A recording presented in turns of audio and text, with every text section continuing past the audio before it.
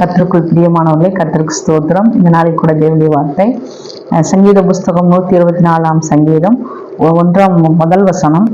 மனுஷர் நமக்கு விரோதமாய் எழும்பின போது கர்த்தர் நமது பக்கத்தில் இராவிட்டார்.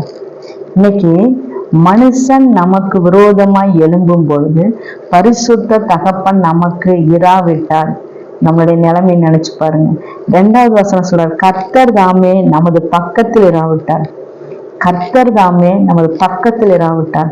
நாம் ஆண்டவர் சமூகத்துல நெருங்குவதற்கும் ஆண்டவரோடு இணைவதற்கும் நாம் யோசிக்கிறோம்.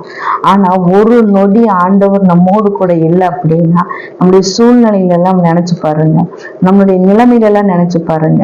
நம்ம ஒவ்வொரு காலையில் எழுந்த உடனேயே நம்ம எப்படியெல்லாம் காலையில எந்திரிச்சு எவ்வளவுலாம் யோசிப்போம், இதை செய்யணும் அதை செய்யணும்னு. ஆனாலும் பரிசுத்த தகப்பனுடைய வழி எதுவோ அது நடத்துறாரு. ஆனா ஆண்டவர் சொல்லுகிறார், அவருடைய திட்டத்தின்படி நம்மளை என்ன செய்யறது, நடத்தி கொண்டு வருகிறார். நம்ம அதிகாலையில் ஆண்டவரோடு பேசி எழுந்தும் போது நம்மளுடைய எண்ணங்களை எல்லாம் கர்த்தர் நிறைவேற்றுகிறார். நம்ம என்னென்ன நினைக்கிறோமோ அதற்கு மேலாக கர்த்தர் செய்கிறார். ஏன்னா ஒரு சூழ்நிலையிலும் கூட கர்த்தர் இராவிட்டார். நம்ம நடந்து போயிட்டு இருக்கிறோம், கால் தட்டி தொப்புன்னு விழுந்துடுறாங்க, விழுந்த உடனே தன் ஜீவன் போயிடுது. நடந்துட்டு இருக்கிறாங்க, வாகனங்கள் வந்து மேல மோதுது. ஆனா அந்த சமயத்திலையும் திடீர்னு அவங்களுக்கு அந்த மரணம் எப்ப வருதுன்னு தெரியல. ஆனா கர்த்தர் சொல்லுகிறார், பரிசுத்தர் சொல்லுகிறார், நாம் விழுகிற மாதிரி நம் கால் சறுக்கும், ஆனாலும் தேவன் நம்மளை தாங்குகிறார். நம்ம அப்படியே மறிக்கிறது போல நம்ம ஜீவன் போறது போல போகும், ஆனாலும் கர்த்தர் அந்த ஜீவனை தேவன் பாதுகாக்கிறார்.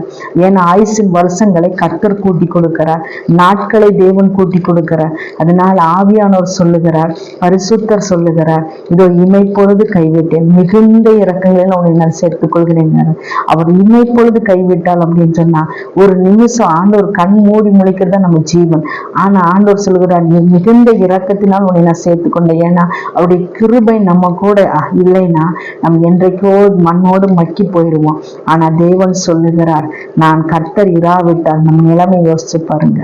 ஆண்டவர் சொல்லுகிறார் ஒவ்வொரு நாளும், அப்பா நீங்க என் கூட வந்து இருக்கீங்கப்பா அப்படின்னு சொல்லி நன்றிப்பா அப்படின்னு நீங்க சொல்றப்பா, ஆண்டவர் சொல்லுவார், பரலோகத்திலிருந்து சத்தம் வரும், என் மகளே என் மகனே நான் உன்னோடு இருக்கிறேன், நீ எதற்கும் பயப்படாத, நான் உன்னோடு இருக்கிறேன், உன்னை வழி நடத்துவேன்னு சொல்லி பரலோகத்திலிருந்து சத்தம் வருங்களாமா. பூமியில் அல்ல, மனுஷன் இடத்துல அல்ல, பரலோகத்திலிருந்து நான் உன்னை தாங்குவேன், உன்னை தப்பிப்பேன், உன்னை ஏந்துவேன், உன்னை சுமப்பேன் என்று பரலோகத்திலிருந்து சத்தம் வருங்களாமா. மனிதர்கள் எல்லாம் மறந்து போகலாம், நம்மளை நேசிக்கிறவெல்லாம் மறந்து போகலாம், ஆனா தாயின் கருவிலை முன்குறித்த தகப்பன் சொல்கிறார், ஒரு நிமிஷம் நான் இராவிட்டால் நீ என்ன செய்வேங்கிறார். அதனால் இன்றைக்கு கர்த்தரோடு பேசுங்க, கர்த்தர் உங்களை ஆசீர்வதிப்பார்.